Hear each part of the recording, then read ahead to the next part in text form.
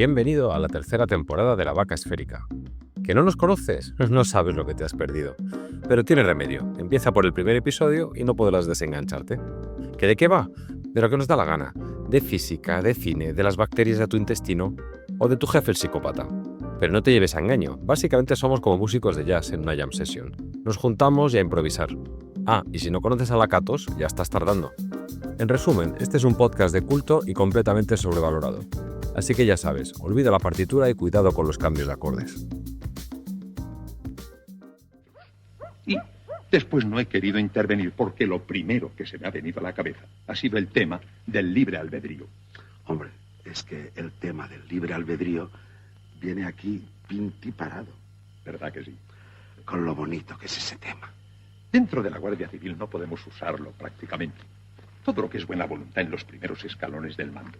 Cuando se llega a la altura de teniente coronel o así, se ponen las cosas de una manera que ni libre albedrío ni nada. Se encierran en que las ordenanzas esto, las ordenanzas lo otro, y de ahí no hay quien lo saque. Pues es una pena.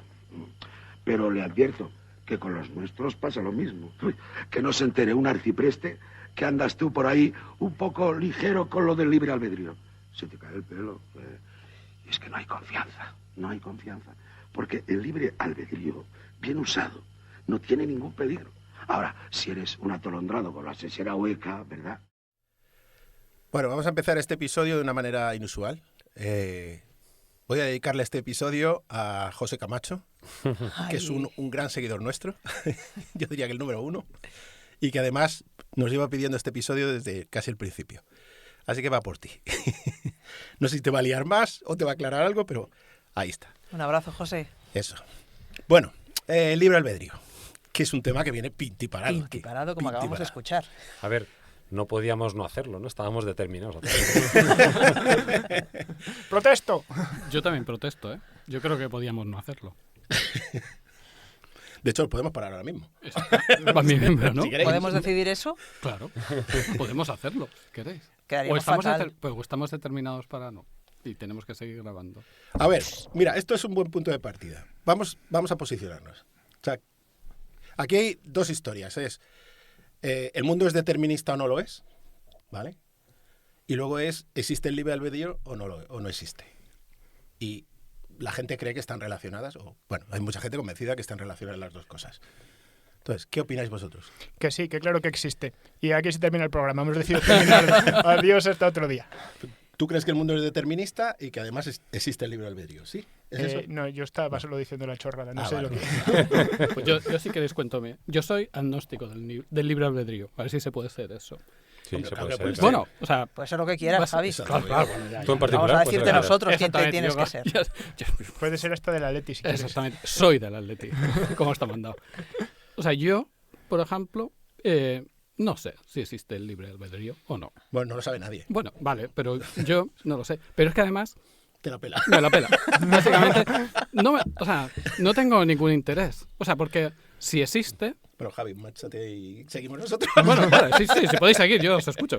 No, pero si no existe, pues ya está, estoy haciendo lo que sea. Yo tengo una conciencia de que estoy haciendo cosas porque yo pienso que quiero hacerlas, pero bueno. O sea, que sí que crees que en el libre albedrío.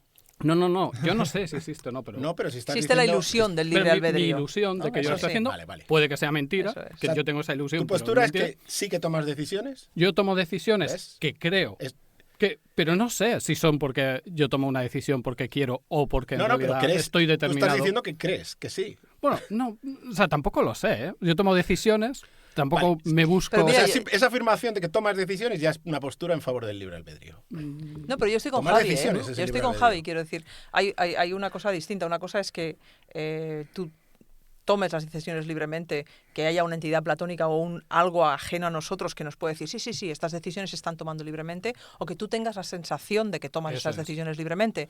Porque, a ver, nuestra percepción del mundo está condicionada por la adaptación a ser funcionales en este mundo. Claro. Eso está más próximo a mi idea. Vale. Claro, Pues y yo- entonces, eso es en lo ese que yo digo, sentido que, estoy con... O sea, yo creo, pienso, tengo la impresión de que las tomo libremente, pero igual no las estoy tomando Cuando libremente. hablamos del episodio, tú vas a ser un creyente. Pero en realidad no me interesa. O Joder, tío, ¿qué haces aquí? No, Claro. pues, Bueno, escucharos, tiene escucharos. implicaciones sociales. Sí, el que esa es la, exista o no esa es la exista. clave de todo. O sea, Claro. si el libre albedrío realmente no existe, o sea, nos creemos que no existe, o sea, que somos marionetas y tal, entonces no podemos pedir responsabilidad a nadie. Eso es.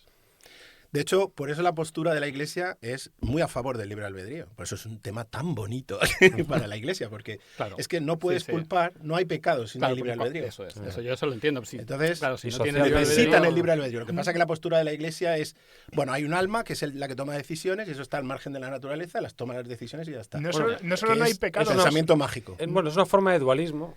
Dualismo significa que, El dualismo es pensamiento mágico. Sí. bueno, hay científicos dualistas que son ateos. Pero porque tienen pensamiento Bueno, mágico. Claro. Bueno, pero piensan que la conciencia, por ejemplo, piensan que hay una física, que la conciencia es una entidad física. Sí, bueno, está Penrose que cree que la causa Bueno. la gravedad cuántica, pero dejando eso al margen. Bueno, pero hay que el hombre está ya lo que mayor. quiero decir es que hay gente que piensa, o sea, que hay gente que piensa que la mente es una cosa y el cuerpo Claro, es eso es otra. dualismo y eso es pensamiento dualismo. mágico. Claro. Eso sí, eso es Porque pensamiento y mágico. si tiene un correlato físico, Claro.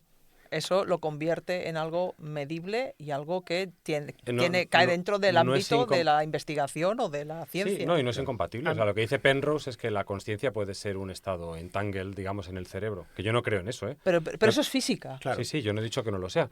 Yo digo que la Pero yo creo que eso no es dualismo. Yo O creo sea, que que es- el dualismo postula que hay algo que Eso es es. intangible. Al margen, el dualismo no lo me- definió Descartes. Y Sí, para sí, sí. Descartes Claro, había una eso es. entidad que no era natural y que era, digamos, el espectador. O sea, es el yo que tenemos todos dentro. O sea, es el fantasma en la máquina. Sí. Eso es dualismo y eso es pensamiento mágico. Sí, Sí, pero lo que yo digo también es una forma de dualismo, no es tan radical como la de Descartes o como la de Platón, ¿vale? Pero sí que es una forma de dualismo, en el sentido de que el cerebro es el mecanismo en el que se expresa ese estado de conciencia, digamos. Sí, Eso es dualista para mí. disiento en Eso que es sea trillerismo. dualismo. Eso es trillerismo. No, sí, yo Bueno, disiento todo en es que sea- thrillerismo en este No, área, quiero decir, pero bueno. el argumento a la Penrose, que te buscas un argumento rebuscadísimo que nadie entiende más que Penrose si es que lo entiende, y con eso explicas la conciencia porque en realidad no la puedes explicar según él, con, digamos, la física Sí, Con normal. neurotransmisores, ¿no? Bueno, claro, eso en el fondo es dualismo. Bueno, a ver, que yo no creo en eso. Lo que estoy diciendo es que lo que estoy diciendo es que hay gente que no se agarra al pensamiento meramente mágico, pero Bueno, pues piensa esa que gente que se haga un podcast, ello. Bueno. ¿Tú qué opinas? ¿Tú qué A ver, opinas? yo lo que opino es que el libre albedrío existe, que es un estado emergente y que eso no significa que el universo no esté relativamente determinado. Joder, tal cual lo has dicho, lo suscribo yo. ¿Y Bueno, tú? yo antes de llegar a ningún lado creo que el principal problema de todas estas discusiones es la definición de términos. Y hemos metido Ya, ya en el de sí, dualismo, que es complicado, y José ha hablado de un dualismo duro, que es el de existe una mente, un espíritu en algo superior. Y Mario creo que ha definido lo que sería un dualismo suave, de decir, bueno, existe como una parte del cerebro que es como un teatro en el que todo el resto se representa y que toma las decisiones o no, y que a mí me gusta llamar el teatrillo cartesiano. Y a Dennett, porque A dice Dennett, que eso es dualismo. porque se lo he copiado a Dennett, claro. Pero que está bien porque muchos de estos conceptos y muchas de las ideas que se meten para discutir de libre albedrío, te tienes que parar un segundo y decir, espérate, ¿me están intentando vender un teatrillo cartesiano o no? Y muchas veces algo que sonaba medio razonable, cuando te pares y te haces esa pregunta, dices, no, es un teatrillo cartesiano. Están poniendo una representación donde hay algo que no es toda la complejidad de tu cerebro, sea una parte, sea un ente, que es quien toma la decisión, quien ve lo que está pasando, quien tiene esa conciencia.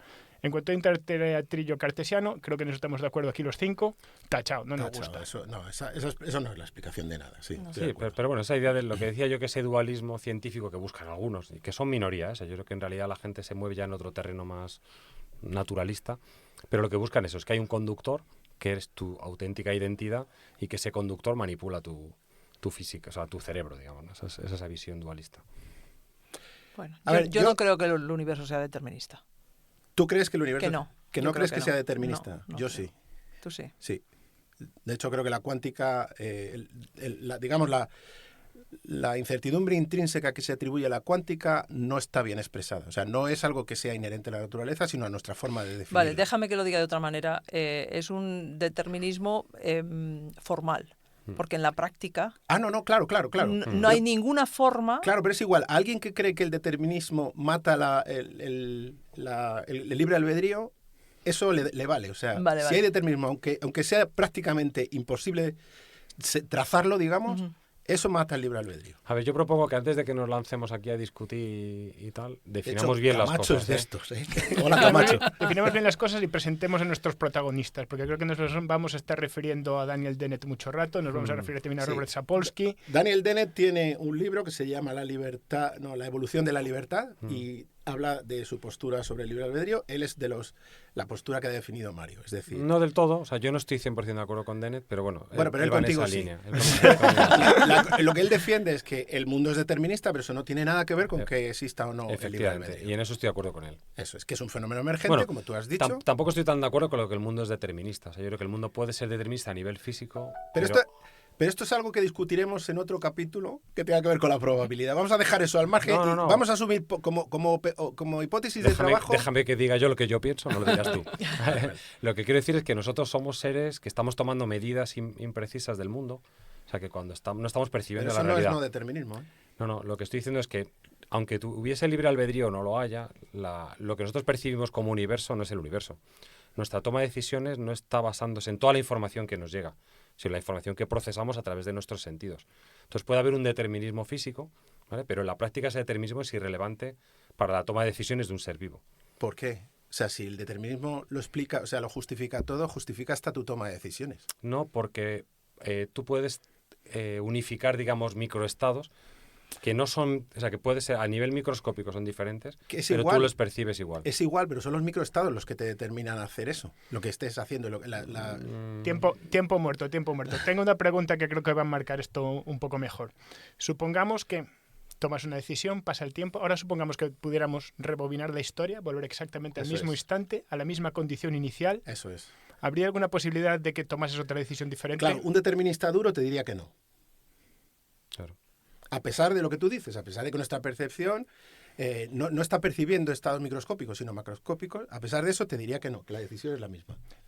Pero incluso... Pero en el escenario que tú defines, es decir, rebobinar hasta exactamente Claro, pero eso es la situación en la que estamos. un experimento mental un Claro, poco esto es un experimento mental. irrelevante. Esto- ¿no? Claro. Bueno, es que el 90% de las discusiones en estos son experimentos mentales, así que... Ya. Sí. Tienes razón. Y el 90% de las interpretaciones de los experimentos psicológicos que se hacen también son pajas mentales, me parece. En lo que Me sí que parece- estoy de acuerdo con Dennett es que es irrelevante lo de si el universo es determinista o no. Exacto. Y de hecho yo tengo un argumento muy bueno. Y es este. Supongamos como hipótesis de trabajo... De hecho, lo que quería decir antes es que aquí, como hipótesis de trabajo, vamos a asumir que el universo es determinista. Porque si no, no, para mucha gente ya no hay problema. ¿Vale? Mi argumento es que el determinismo o no de la naturaleza es independiente del libre albedrío. O sea, no lo determina ni tiene nada que ver. Y Yo- el argumento es de este. acuerdo. Ujú. El argumento es este. Supongamos que el universo es determinista, entonces no tomamos decisiones, estamos determinados a tomarlas por lo que sea, y no hay libre albedrío, si esa es la conclusión que queremos sacar. Vale. Supongamos que no, supongamos que el universo es indeterminista. ¿Eso hace que tengamos libre albedrío? Entonces, imaginar la siguiente situación, esto es un experimento mental. Vamos a tomar decisiones y cada vez que queremos tomar una decisión, lanzamos una moneda a cara y cruz y tomamos la decisión que diga la moneda. ¿Eso es libre albedrío? Es una tonta.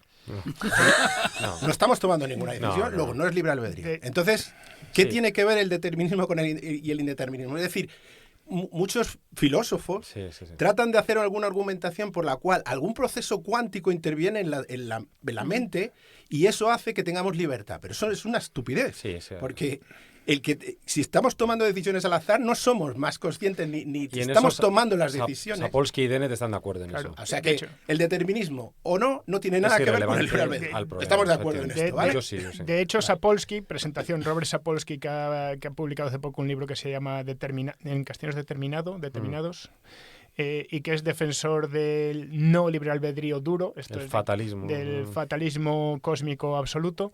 Él defiende no solo que no tenga nada que ver, sino que es incluso peor, que si la física no es determinista, eso incluso mata más la capacidad de que haya libre albedrío de que sea determinista, porque si lo que dice José, si está todo el rato tirando monedas, ¿qué libre albedrío tienes? O sea, fin de la historia, no hay nada que discutir. O sea que no tiene nada que ver. Y la otra historia o el otro punto que quería traer a colación es que negar el libre albedrío es una estupidez también, porque somos todos conscientes de él. O sea, aquí no se trata de negar si existe o no. hay un fenómeno emergente que todos reconocemos como libre albedrío porque todos en nuestra vida ordinaria tomamos decisiones.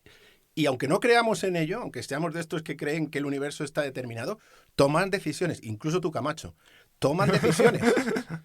Entonces, tenemos una ficción, si la queremos llamar así, de libre albedrío. O sea, que no se trata de negar o no el libre albedrío, sino de explicar cómo emerge esta ficción del libre albedrío. Si es que, insisto, si la queremos llamar ficción, porque para mí eso es el libre albedrío.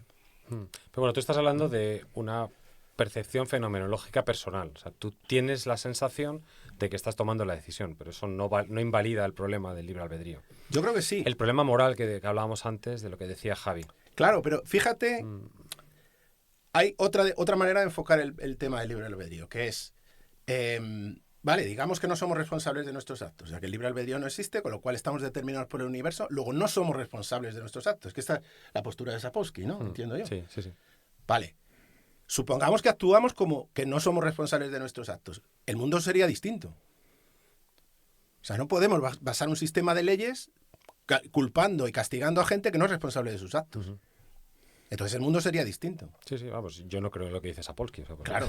Entonces sí que el libre albedrío está determinando cómo es el mundo de algún modo, ¿no? O sea que no es una cosa baladí. Sí. Lo que...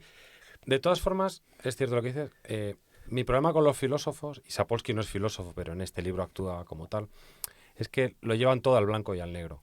O sea, si encuentran un contraejemplo, que lo que acabas de contar es una especie de contraejemplo, ¿no? De que el mundo iría peor. Si encuentran un contraejemplo, parece que invalidan todo.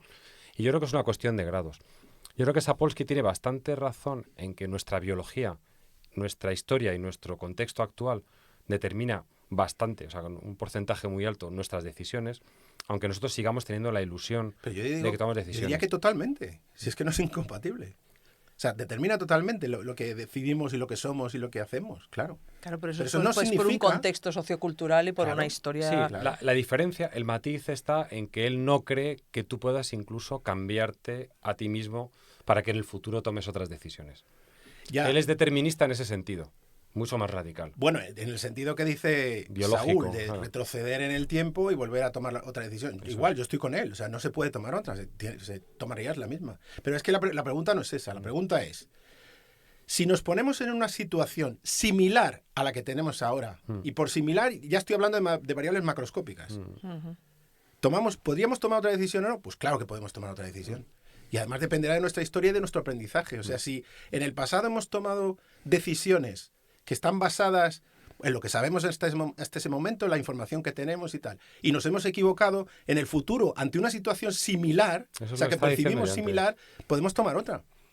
Eso es el libre albedrío. Eso es lo que decía yo antes, que Pero eso es aunque un fenómeno emergente. que aunque parezca que es la misma, aunque sean situaciones microscópicamente diferentes, son macroscópicamente tu distintas. filtro O sea, iguales, biológico, no eso son es. macroscópicamente iguales y microscópicamente Claro, distintas. pero esto también se puede interpretar desde un determinismo duro. Esto es, tú en una situación tomas una decisión que supongamos que no la has tomado, pongámonos con las gafas de determinista, la has tomado así porque no podías, porque no podías tomar otra. Sí, es el argumento que vas a dar. Claro.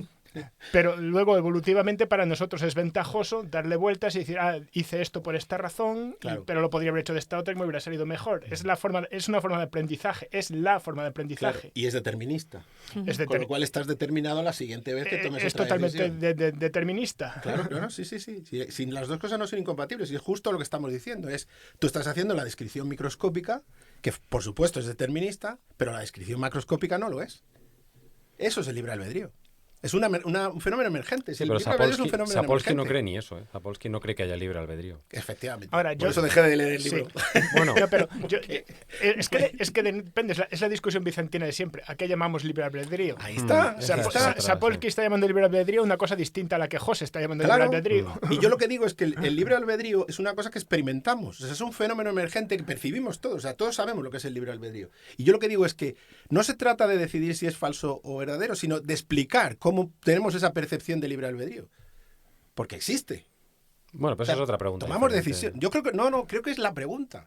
Bueno, es otra pregunta, porque volvemos al tema de la responsabilidad social, ¿no? No, pero es que si puedes tomar decisiones en este sentido... Bueno, lo de la responsabilidad además te lo cargas porque si Si tú supones que no eres responsable de tus actos, la sociedad cambia por completo. No, pero es distinta. Mira, aquí yo creo que tengo un argumento. Voy a ser un poco agnóstico como fue Javi antes, y soy agnóstico de que sea relevante o no para cómo comportarnos en sociedad. Porque de la misma manera que como individuo aprendemos y hemos dicho, tomamos esta decisión por esta, por aquella razón y tomamos otra, como sociedad somos un hipercerebro social en el que también necesitamos unos mecanismos sociales para reforzar o quitar algunos comportamientos. Y eso es independiente de que nosotros hayamos tomado la decisión de forma inevitable o no. Bueno, si tú montas... la prueba es que la sociedad evoluciona, o sea que las ideas no son ahora las mismas hacia la responsabilidad que había antes. Ahora entendemos que un esquizofrénico que hace algo no tiene el mismo grado de responsabilidad que alguien que no es esquizofrénico. Eso es algo moderno, es una visión moderna de la responsabilidad. Y por eso existen toda esta clase de eximientes en casos judiciales. Atenuantes. En que se supone que alguien no ha tenido la suficiente libertad para decidir. Sí, pero si yo te he entendido bien, o sea, tú lo que estás defendiendo es que si la sociedad, por ejemplo, no tuviera, digamos, este sistema basado en una justicia que culpa a los que aparentemente han tomado decisiones que son malas y tal, la sociedad sería distinta y por lo tanto tenemos que tener este sistema, porque si no, la sociedad sería otra completamente distinta y mucho peor. Bueno, yo tampoco digo que tenga que tener un sistema culpable, sino que tiene un sistema de reaccionar ante comportamientos que considera adecuados, que no tiene por qué ser necesariamente culpar y castigar. De hecho... Hombre, lo es.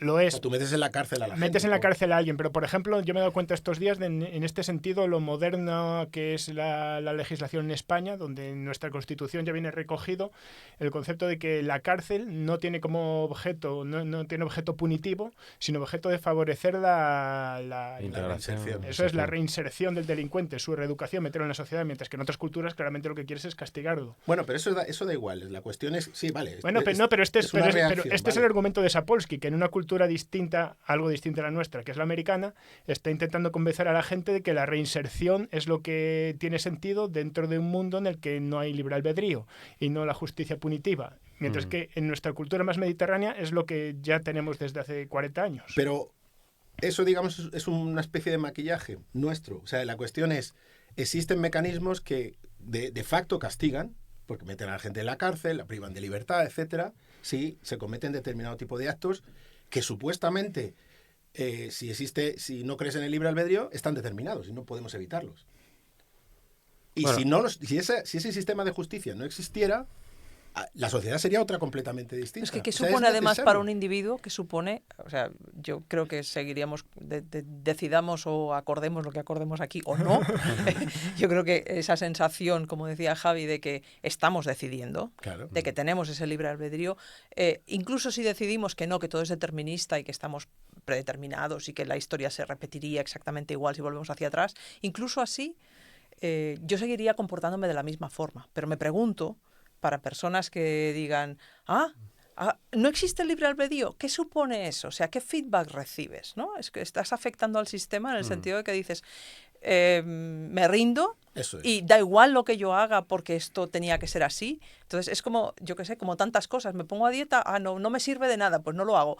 Pues claro, pues engordas. Claro, pues engordas. Entonces no tomo decisiones, no ejerzo esa ilusión o esa realidad, no lo sé, del libre albedrío. Entonces, como individuo, ¿a dónde voy? Yo creo que eso ya ha pasado. O sea, quiere decir que la sociedad de ahora presupone cierto determinismo. Quizá por las ideas marxistas de la sociedad es la culpable, o sea, que tú eres fruto de tus circunstancias y tú no tienes la culpa. Has nacido pobre y delincuente y adicto al crack.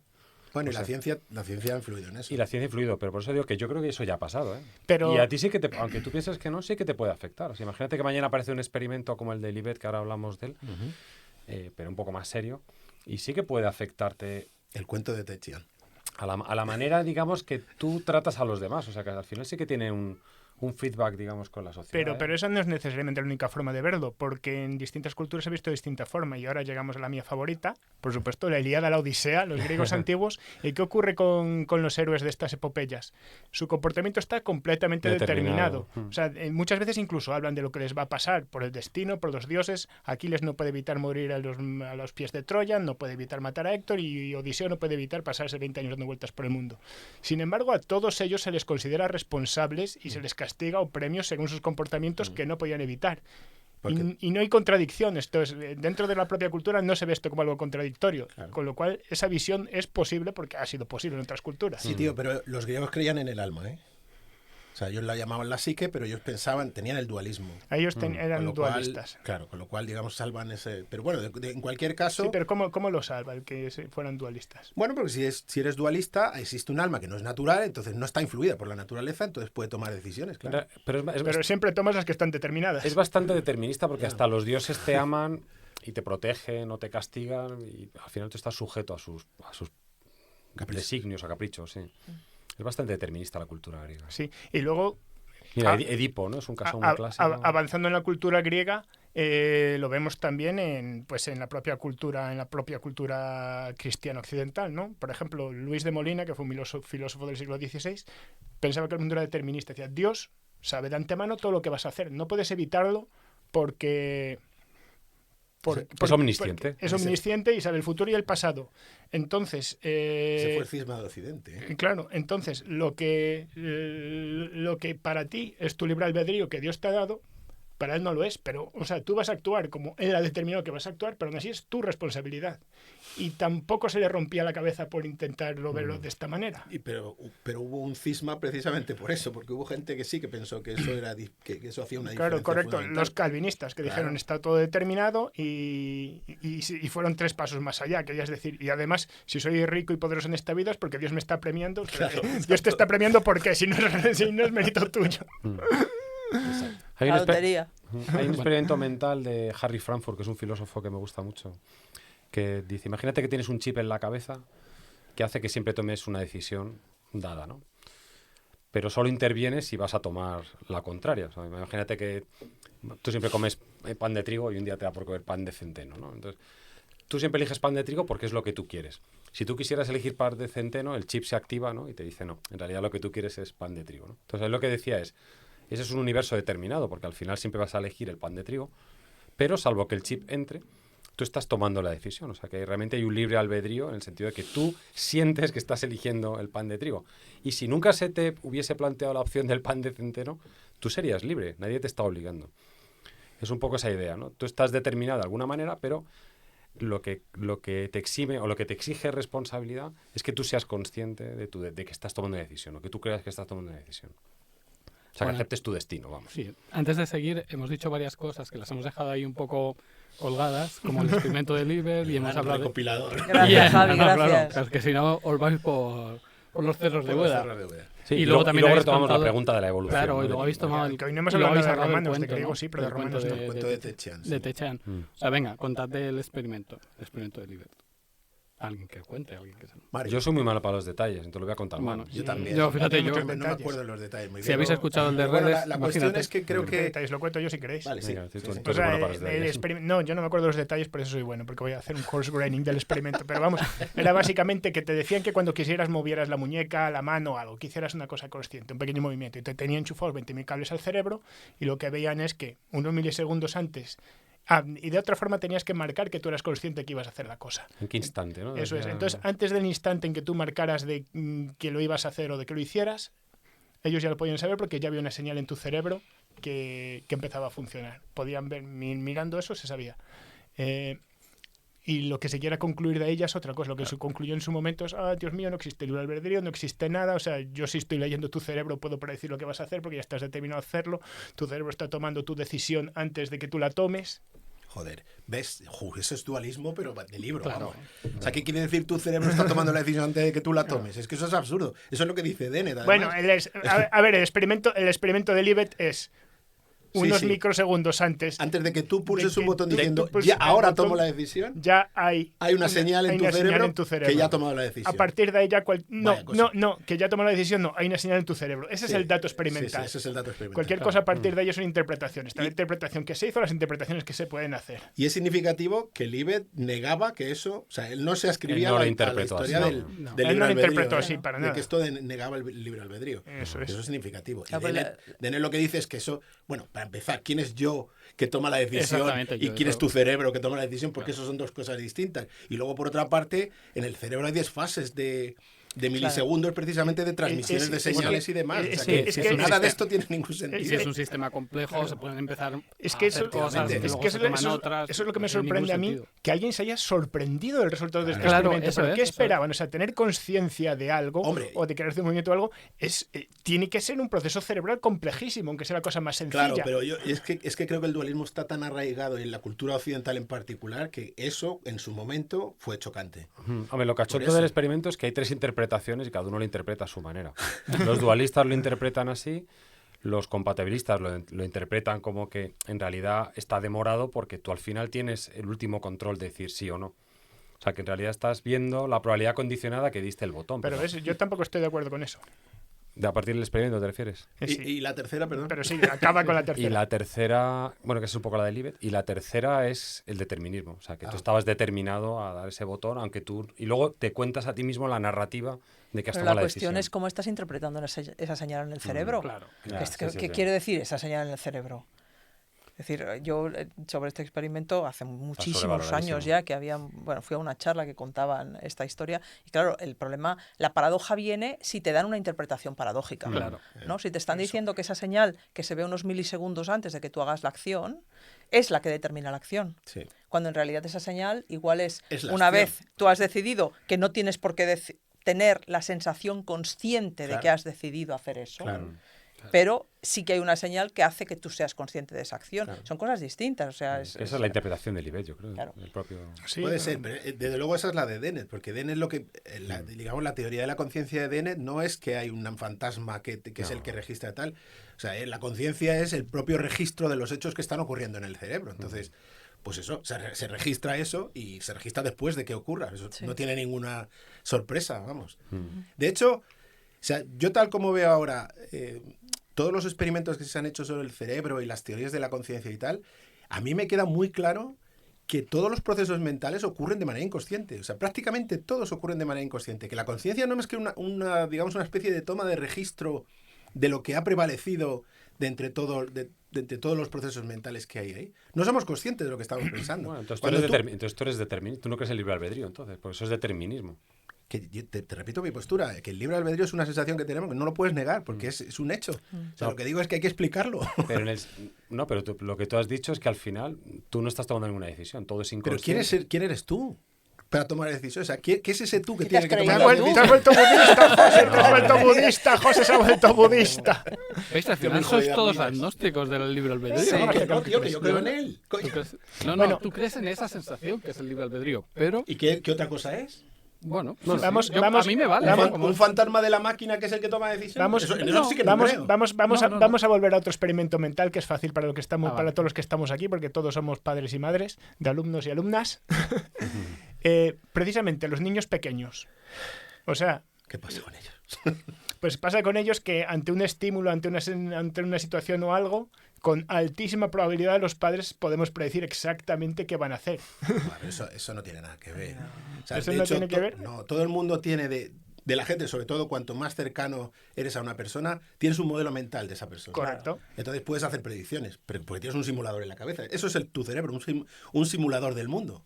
Y en particular tenemos cerebros sociales y somos bastante buenos en predecir qué va a hacer la gente porque tenemos un simulador en la cabeza. Hemos experimentado millones de situaciones anteriores en las cuales Sí, y ha ocurrido una cosa u otra y eso está ahí, son datos que está procesando el cerebro para predecir qué Por va a eso es ocurrir. en adaptativo. determinada- Si Pero, no pudiéramos claro. hacer eso, También es Correcto. cierto que pensamos que los demás son más predecibles que nosotros. Pero también es eso lo que estamos haciendo con nosotros mismos. Sí, exacto, Sí, sí, exacto, sí. Sí, sí. exacto. Pero pensamos que los demás son más predecibles que nosotros. Que nosotros somos más libres.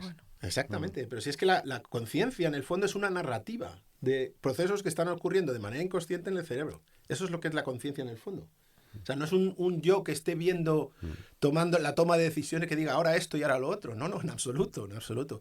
Por eso nos construimos narrativas. Eso es muy claro, por ejemplo, o sea, los que somos científicos, estás muchas veces pensando en un problema y encuentras una solución. Nadie puede decir cómo ha encontrado esa solución. Nadie. Lo que haces es una narrativa a posteriori que La cadena de traza un causal. camino lógico que va desde lo que tú sabías a lo que tú has descubierto. Pero eso no es lo que ha ocurrido en tu cerebro. Y la prueba de esto es que, ¿cuántas veces nos ha pasado aquello que contaba Poincaré? que un día se fue, estaba autobús. pensando en un problema que lo tenía rayado y que no había, no sé si era Poincaré o era Hamilton. Ya Poincaré no pero- tocar, ¿no? O sea, Sí, no- estaba rayado, que no conseguía arreglarlo y tal. Entonces se fue de picnic con la familia. Y ese día se largó, se montaron en el tranvía, se fueron y estuvo todo el día relajado, hablando con la familia y tal. Y cuando bajaba del tranvía, nada más poner el pie en el suelo, le vino la solución a la mente. ¿Cuántas veces nos ha pasado eso? Sí, claro. Constantemente. Millones. Y A mí me durmiendo. ha pasado tener un programa delante, buscar un error en el programa, mirarlo una y otra vez, no encontrar el error ni a tiros, irme a comer, estar charlando de cualquier otra cosa. Y cuando volvía, de repente veo la línea donde está el error, en mi cabeza.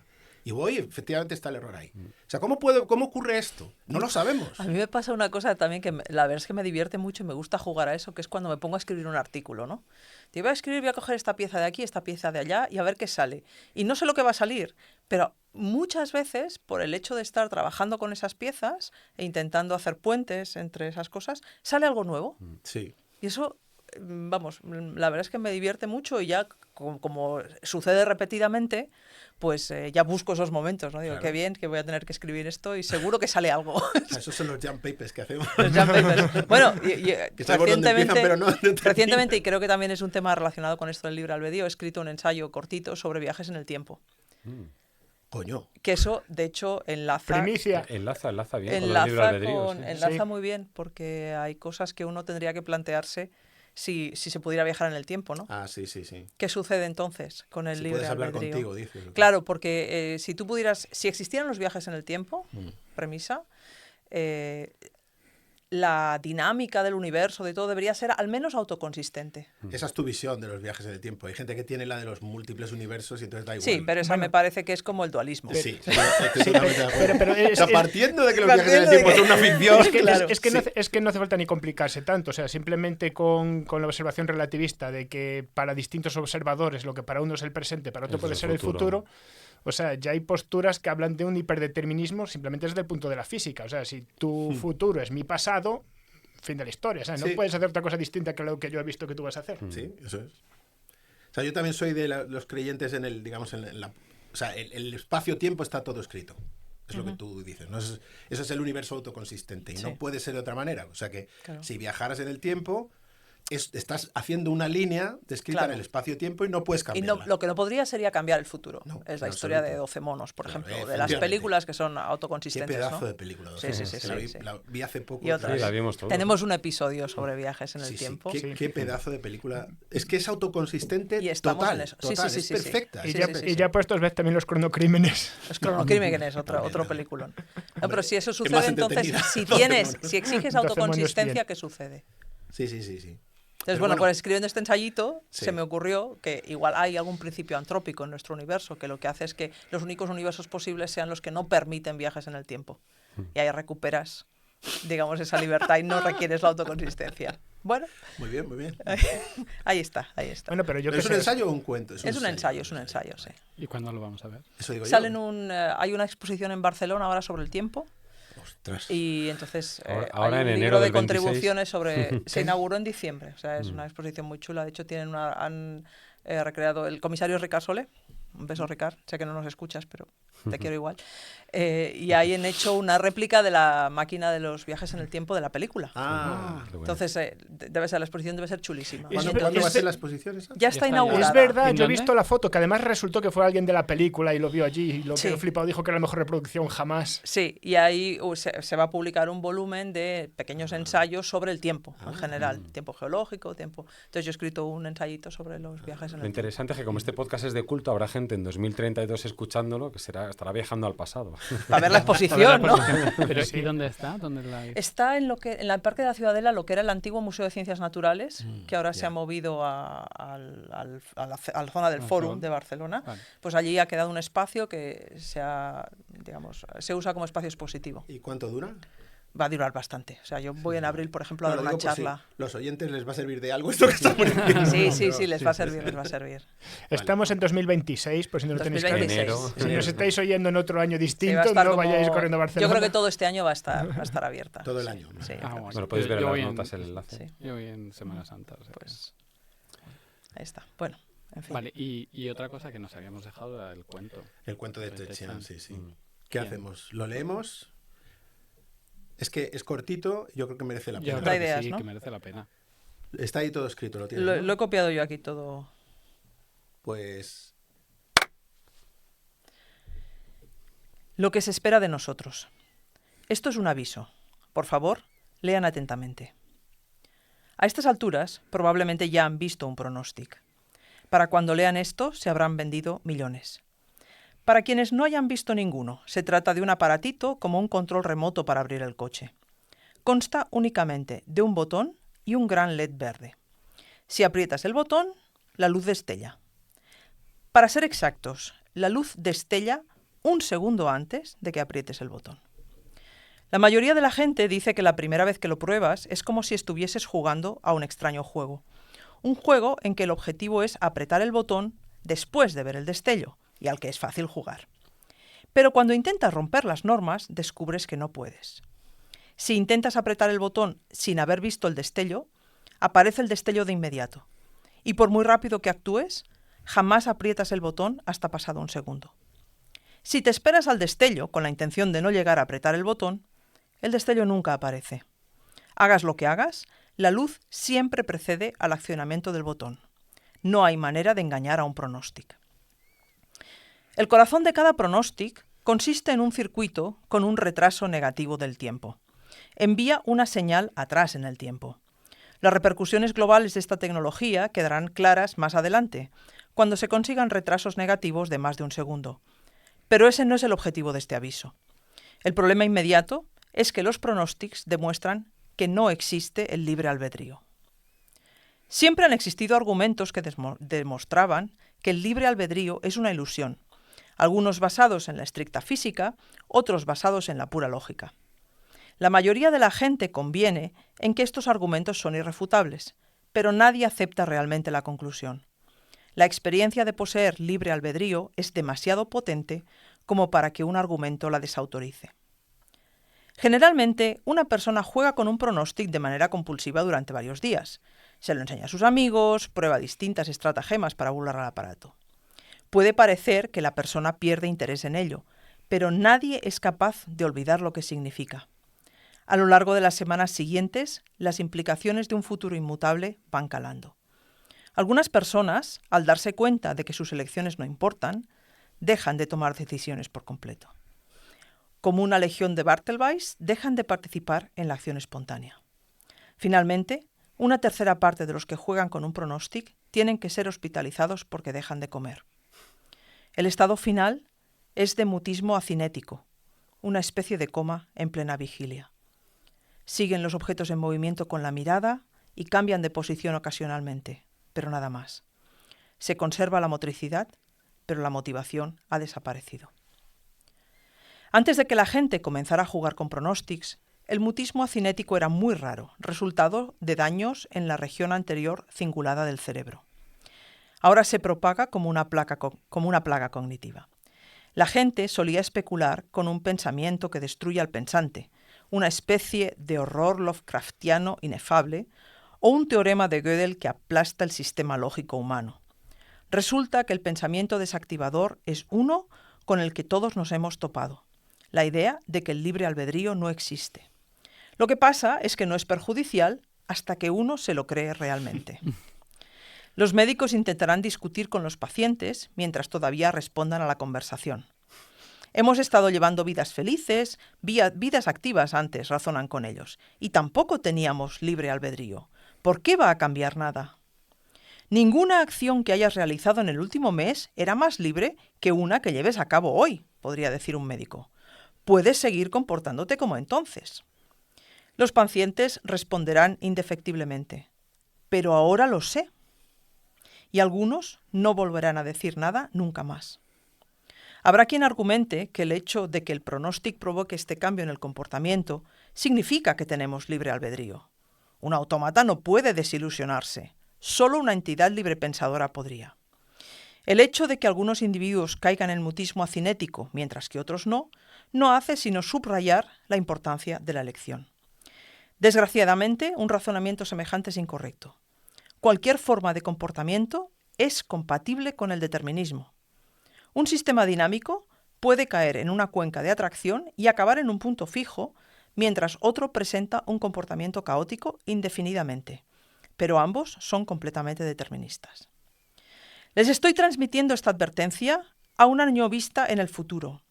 Este es el primer mensaje largo recibido utilizando circuitos con retardos negativos de un alcance de megasegundos para construir dispositivos de comunicación. Le seguirán otros mensajes abordando otros asuntos. Mi mensaje es este. Finjan que tienen libre albedrío.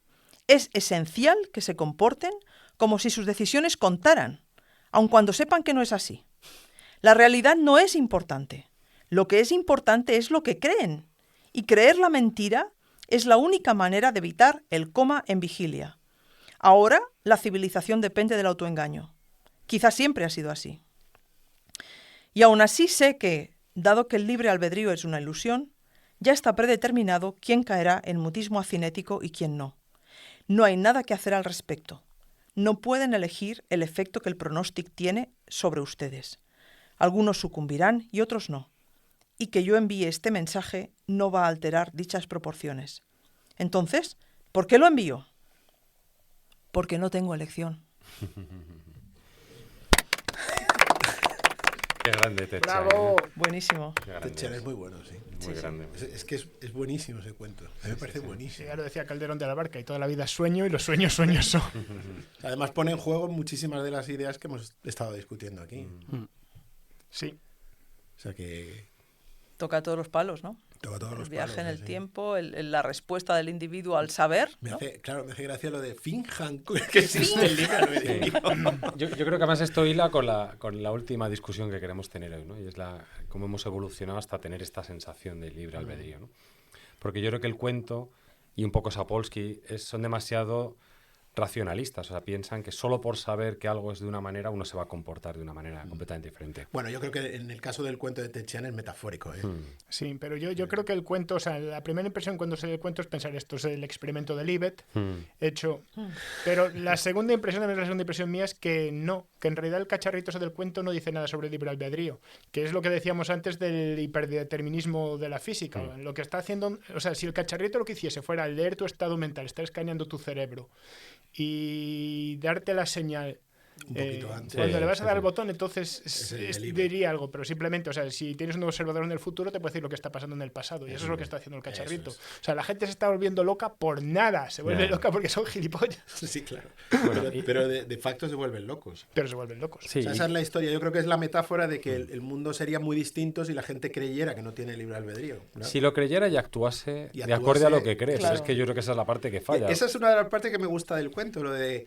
Bueno, hasta ahora se han estado comportando como Claro, si existiera sí, el sí. libre albedrío, pues sigan haciéndolo, Bueno, ¿no? esa es una cosa que me ha gustado que le he leído a Sapolsky, decir, o sea, yo pienso que el libre albedrío no existe, pero en la práctica no soy capaz de vivir conforme a mi creencia porque es imposible. Claro, claro.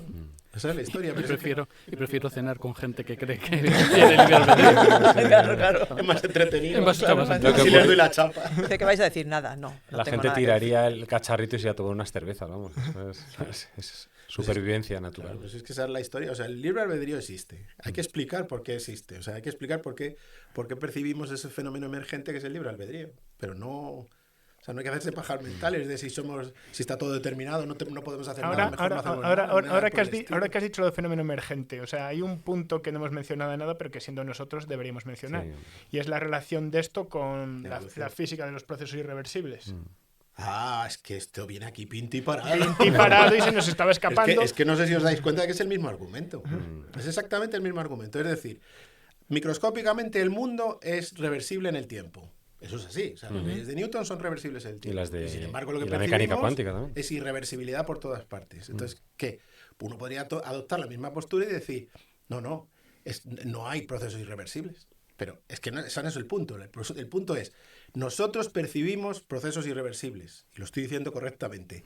Percibimos procesos irreversibles. Entonces hay que explicarlo. Pero hay una pérdida de información en Claro. esa irreversibilidad. Efectivamente, Claro. es que esa es la clave. Claro. O sea, Esa es la esa clave. es la clave, la pérdida de información. O sea, en el momento en que tú haces promedios, y haces intervenir la probabilidad, que en el fondo no es más que predicciones sobre el estado del sistema, automáticamente te has cargado las leyes del universo y estás adoptando tu Claro. punto de vista, lo que tú percibes. Pero ese es el determinismo malentendido. Quiero decir, un determinismo no significa que tú puedas llevar la predicción al infinito. Tú puedes tener determinismo y puedes tener impredecibilidad. Ah, sí, claro. Que yo Por creo que eso es lo supuesto, que nos conjuga, que volvemos al episodio de Caos, ¿no? Eso, Sí, eso es lo que une las dos. Sí, Claro. y es un argumento más para la vuelta de que es irrelevante si el universo es determinista o no para la discusión que estamos teniendo. Claro. Me estoy acordando... A todos los efectos es como si Y si no fuera... necesitamos ni la cuántica. No, en La absoluto. cuántica está sobrevalorada. Me estoy acordando, ¿sabéis quién fue? No es retórica. ¿Sabéis quién fue el primero que midió la velocidad de los pulsos eléctricos en el sistema nervioso? No. Es que yo creo que fue un físico además, y se dio cuenta de, claro, la velocidad de la información era finita. Y entonces ya en su día, parece que fue el siglo XVIII, dijo, 18, 19, no me acuerdo. El caso es que su conclusión fue muy astuta, ostras, entonces no percibimos el universo de verdad, o sea, tenemos un filtro.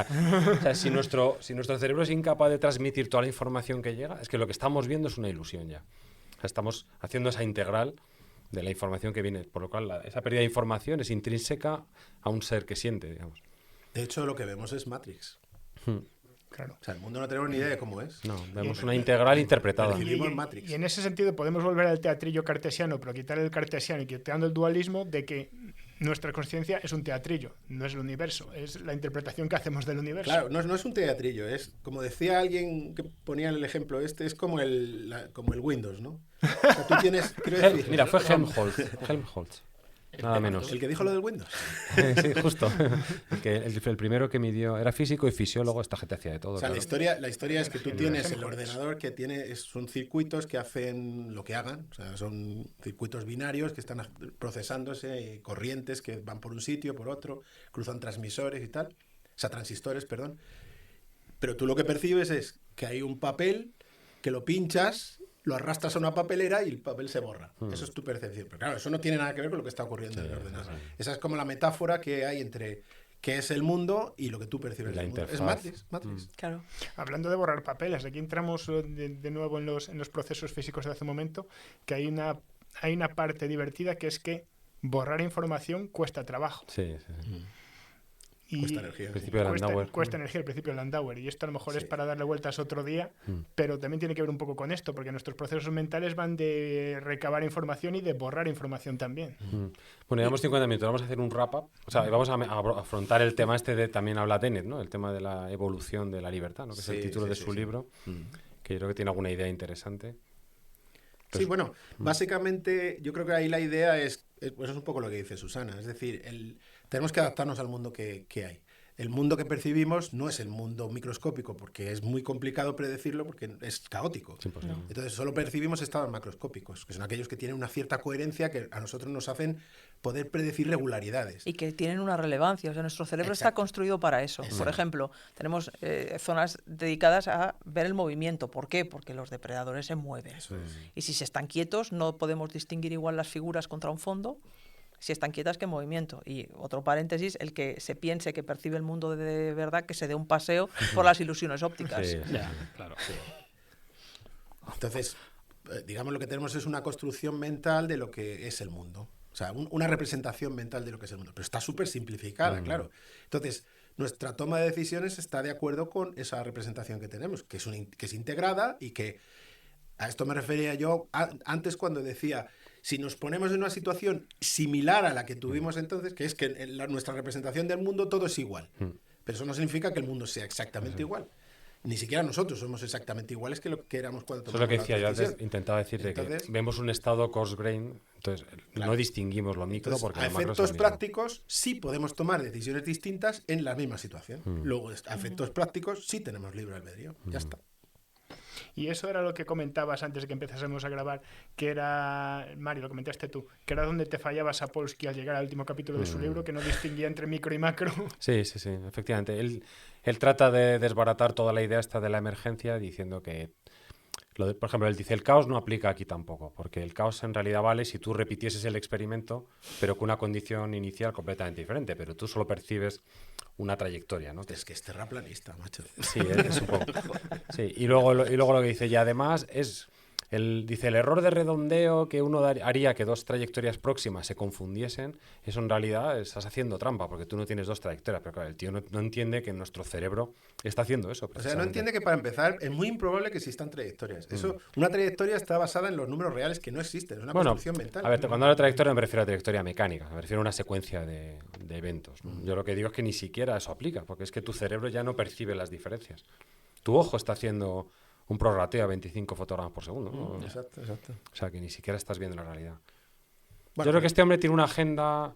Probablemente él sea marxista, por algún comentario. Marxista no en el sentido... O sea, no solo en el sentido de voto político, ¿no? Sino en esa visión del mundo... Determinismo histórico. Sí, un determinismo histórico. Y entonces yo creo que él, por un lado, cree en eso y por otro lado quiere influir, lo que decía Saúl, quiere influir en la sociedad americana, que a diferencia de la sociedad europea es muy dualista, mucho más dualista. En la europea es mucho más naturalista, de alguna manera. De todas formas, estoy viendo aquí de Robert Sapolsky, que se licenció en algo de letras y tiene un doctorado en filosofía. Y luego se ha dedicado a las neurociencias, pero desde una aproximación que viene de la filosofía, con lo cual... Hay que decir que el libro está bastante bien, el tío escribe muy bien, es muy divertido, muy sarcástico. ¿Te lo has leído entero? Sí. Bueno, luego es que la mitad del libro son apéndices, ¿eh? Son notas. Es un buen tocho, ¿eh? No, en el libro es la mitad de lo que parece. Vale. A partir de una cierta página, yo iba por el 58 y digo, no voy a llegar. Y de repente dice, bueno, concluimos. Y efectivamente, tiene la mitad del libro son notas y comentarios. Joder, esta gente que le gusta escribir un segundo libro en las notas, Ya. qué pesados son, ¿eh? Es divertido. Algunas ideas, creo que es mucho mejor desbaratando ideas ajenas que criticando las propias. Como nosotros. Sí, totalmente, sí. Creo que algunas de las cosas que dice... Es más fácil ser cuñado. Sí.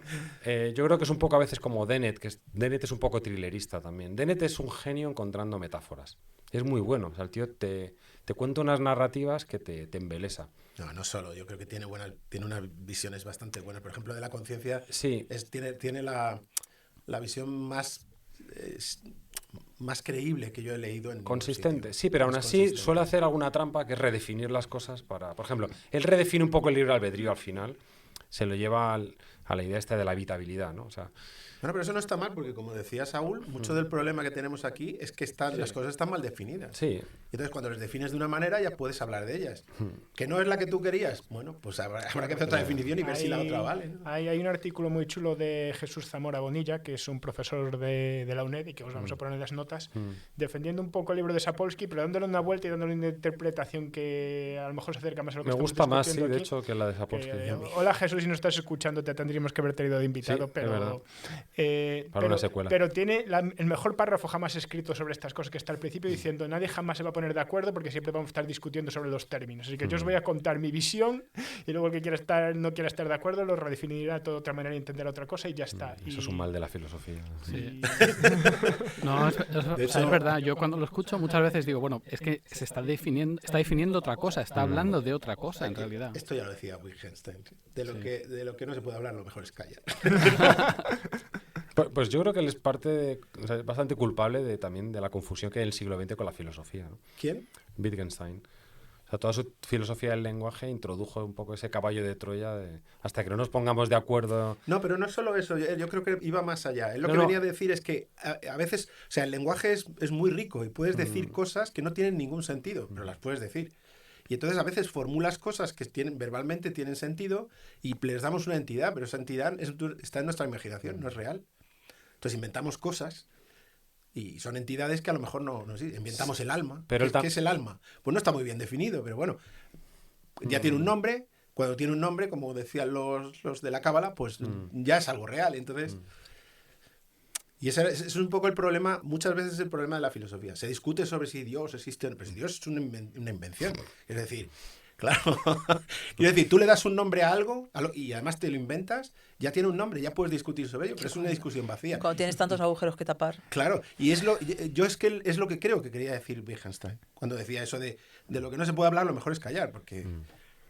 Sí, pero eso también tiene otra relectura y es que hasta que no defines algo no existe la discusión. Eso tampoco es cierto. O sea, que a veces cuesta encontrar el lenguaje. Eso es lo que decía Lakatos. Qué bien traído. Por fin ha llegado Lakatos aquí.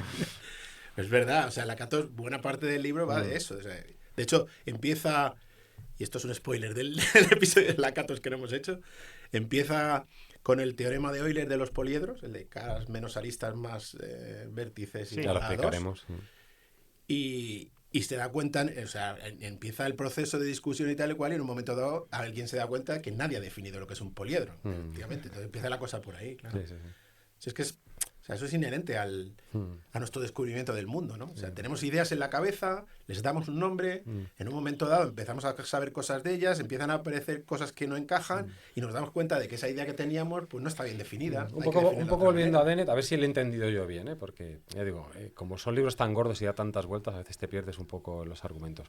Él lo que dice es, él dedica una parte del libro a hablar del juego de la vida de Conway, Sí, como un ejemplo paradigmático de determinismo que produce estructuras emergentes. Y entonces él dedica también una parte a unas estructuras que parece que evitan ser comidas, ¿no? O sea, que evitan una colisión que las aniquila, ¿no? Entonces dice, bueno, si uno fuese consciente o interpretase conscientemente este experimento, uno le daría agencia a ese monstruito, ¿no? Que parece que está evitando la muerte. Entonces él dice, bueno, pues esto es lo que somos nosotros, ¿no? Efectivamente. Somos seres biológicos que hemos evolucionado para evitar ciertos peligros, ¿no? O ciertas consecuencias fatales. Y eso, cuando nos lo contamos a nosotros mismos, es lo que llamamos libre albedrío. O sea, que en realidad, para él la libertad es un poco la capacidad consciente de evitar ciertos acontecimientos que predecimos. O sea, proyectamos al futuro lo que creemos que va a pasar y tomamos una decisión que no nos lleve a ese futuro, ¿no? Pero Y eso está es lo que tomada dice en, Dennett, ¿no? en base a, digamos, unas entidades que tú percibes de algún modo, pero que ya no son deterministas porque, como has hecho un Sí. coarse graining, ya no tienen una dinámica determinista. Entonces Lo que me tienes que, digamos, estudiar o jugar con probabilidades y eso así es como... Sí, lo que me parece interesante es que pone también el dedo en la llaga en algo que es muy, no sé si muy humano o exclusivamente humano, que es la capacidad de proyectar, o sea, de lanzar narrativas hacia el futuro. Yo no sé, bueno, no lo sabremos nunca, yo creo, ¿no? Si los animales hacen eso. Al menos los cerdos sí. Y los monos también. O sea, Algunos, los los humanos, cuervos desde también. luego, somos... Y el perro de Pavlov también. O sea, proyectamos, nos inventamos historias futuras, ¿no? Yo creo que eso Posibles es escenarios. yo creo que es una característica muy general de los mamíferos, al menos. Al menos. No sé si llega, o sea, necesitas primero lo que se llama desplazamiento, que es poder recrear en tu cerebro algo que no está a la vista, y eso lo hacen muy pocas especies. Vale, vale. Y además es una de las transiciones en la construcción del nicho complejo del lenguaje. Eso es montarse la película, ¿no? Como Sí, decíamos. claro, pues hay muy pocas especies que monten películas. Los cuervos lo Que hacen. son los cuervos, los delfines, Claro, los y monos, se los supone- Los pulpos también, ¿no? pulpos. Entonces, Claro, sí, eso. para mí es el libre albedrío en este sentido emergente, ¿no? Que tenemos. Sí, pero ¿no? esto se encasilla dentro... Pero depende, yo creo, de la capacidad de hacer eso. Si no, no existe libre albedrío. ¿no? Claro, En ese pero sentido. esto es un subconjunto de una palabra clave que has mencionado hace poco y que no hemos dicho, que está ahora muy de moda, que es agencia, ¿no? Se habla mucho de la agencia biológica. ¿Hasta qué punto los sistemas biológicos, los seres vivos, tienen agencia o no tienen agencia? Que yo todavía no tengo muy claro qué significa tener agencia, ¿no? Me junto con gente muy lista. Tomar decisiones. Tomar decisiones. Tomar sí. decisiones, pero una bacteria puede tomar decisiones. Sí, Sí. claro. Percibe algo del entorno y toma decisiones. ¿De acuerdo? Claro, con yo eso? creo que ahí la Claro. diferencia es cómo lo haces de consciente, ¿no? Ese registro, esa capa superior de registro de lo que ha sucedido, eso otros organismos no lo tienen. Lo que tienen es unos mecanismos o Programados, claro, sí. o la, ¿cómo se llama? Las propiedades innatas, ¿no? Pero Dices das que- cuenta que esa capacidad de respuesta también responde a estados macroscópicos del ambiente. Claro, o sea, claro. Sí, sí, responde- claro. o sea, hay más temperatura, pH, pero lo no, que sea, no a sí. detalles microscópicos. Entonces, Claro, pero... se pueden tomar decisiones diferentes en situaciones Claro, similares. pero ¿no? daos cuenta que viene de nuevo el debate terminológico, ¿no? Alguna gente entiende como libre albedrío lo que acabamos de definir como agencia. Sí. O sea, en ese- Sapolsky. Sapolsky, La visión de Sapolsky. Sapolsky, sin ir más lejos. Mm. Y lo que estamos hablando aquí, o al menos la visión que está pintando José, porque los demás estamos velando un poco alrededor, pero no, no nos hemos atrevido a dar definiciones, es algo más como un ser vivo que tiene agencia y que además es capaz de contarse una película sobre por qué su agencia actúa de la forma en que actúa. Vale, sí, eso es la conciencia del libre albedrío, digamos. Sí. O sea, una bacteria tiene agencia, pero no tiene conciencia del libre albedrío que tiene. Pero nosotros sí, es la única diferencia, pero toma decisiones también. O sea, en ese sentido no es distinto. Claro, lo que dice hacemos Sapolsky es que nosotros somos como la bacteria. Tomamos las decisiones que nos toca tomar. Y solo a posteriori nos explicamos a nosotros mismos por qué las hemos tomado. Esa es la postura de Sapolsky. Que yo no estoy ahí, pero que digo que el tío es muy... O sea, que el libro está bien. O sea, desde luego, hay momentos en los que te pone contra las cuerdas a ti mismo porque es muy persuasivo. Claro, pero la pregunta es, ¿eso está bien o está mal? Eso es mentira, es falso. Pero todavía estás ahí con todo lo que hemos hablado. Yo volviendo a lo de Ted Chiang, lo que creo es que en el argumento del libro, que el libro al final es un panfleto político-social, digamos. El de Sapolsky, El dice. de Sapolsky, sí. O sea, la última parte es, bueno, ahora que sabemos, ahora que os he convencido a todos de que qué hacemos con nuestra sociedad. Americana. Bueno, sí, o lo que sea, ¿no? ¿Qué hacemos con esta Del idea siglo XXI. de que no somos responsables, ¿no? Pues somos unas máquinas que dependemos de nuestra bioquímica en el útero de nuestra madre, de nuestras experiencias, de nuestro pasado, lo cual ya digo, si quitamos el pensamiento binario, filosófico, yo creo que es bastante verdad. O sea que estamos, incluso cuando pensamos que hemos decidido, que estamos en esa coyuntura, no siempre estamos ni siquiera racionalmente tomando una decisión. No tomamos el impulso, que es lo que decía Kahneman, ¿no? Estamos Bueno, esa tomando es un heurístico. Pero eso es otro rollo, ¿eh? Sí, Eso sí, es sí. otro rollo. Otra cosa es que tú no tengas conciencia de estar tomando una decisión. Sí, lo que yo digo es que hay mucho de lo que él critica que es cierto, pero y que es verdad, que es el modo uno de Kahneman de, bueno, tengo unos heurísticos y tomo la decisión. Y es que aprovechan los publicistas, por ejemplo, para hacerte Claro. tomar decisiones que no quieres. Lo que Sapolsky yo creo que no aborda es la otra parte, la parte de la deliberación. O sea, cuando tú tomas una deliberación y al final tomas una decisión, él dice que esa tampoco es, pero yo no, ahí discrepo. Pero bueno, a lo que iba es la idea de Ted Chiang, que Sapolsky y Ted Chiang en el cuento asumen que si tú racionalmente entiendes ese determinismo, estás condenado a ser un, ¿cómo le llama? Un acinético, ¿no? O sea, un coma acinético. Pero yo creo que no es cierto. O sea, yo creo que al final todos tenemos ganas de socializar, de comer, de disfrutar de la comida, de disfrutar de la cerveza, de no sé qué. Pero que, insisto, yo creo que Ted Chiang está haciendo una metáfora con eso. O sea, lo que viene a decir es que si te lo creyeras, actuarías de otra manera y cambiaría la sociedad. O sea, cambiaría todo. Yo lo que creo es que ella más querer... O sea, Fingid. claro, yo es que lo que creo es que nosotros somos muy buenos autoengañándonos. O sea, que acabamos fingiendo, aunque no sea racionalmente. Pero es que nosotros no hacemos nada de eso. Exacto. O sea, nosotros somos un producto que tiene que ser funcional en el ambiente en el que está. Sí, sí.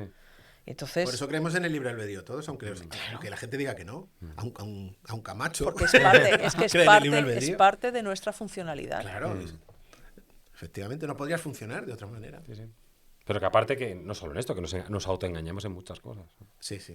Eso daría para otro capítulo. Sí, sí. Pero ese es otro proceso evolutivo, el de Eso es que otra cosa. tenemos que autojustificarnos siempre Claro, claro. Sí, sí.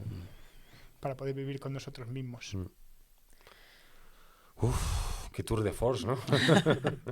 O sea que se ha convencido a todos. Sí, sí, sí. Todos agnósticos. Todos agnósticos ahora, Javi. No, yo no sé, no Muy bien. yo sí que creo. Yo también. Yo no sé, yo solo sé que no sé. ¿Ves? Oye, nosotros que ya somos tengo así, uno.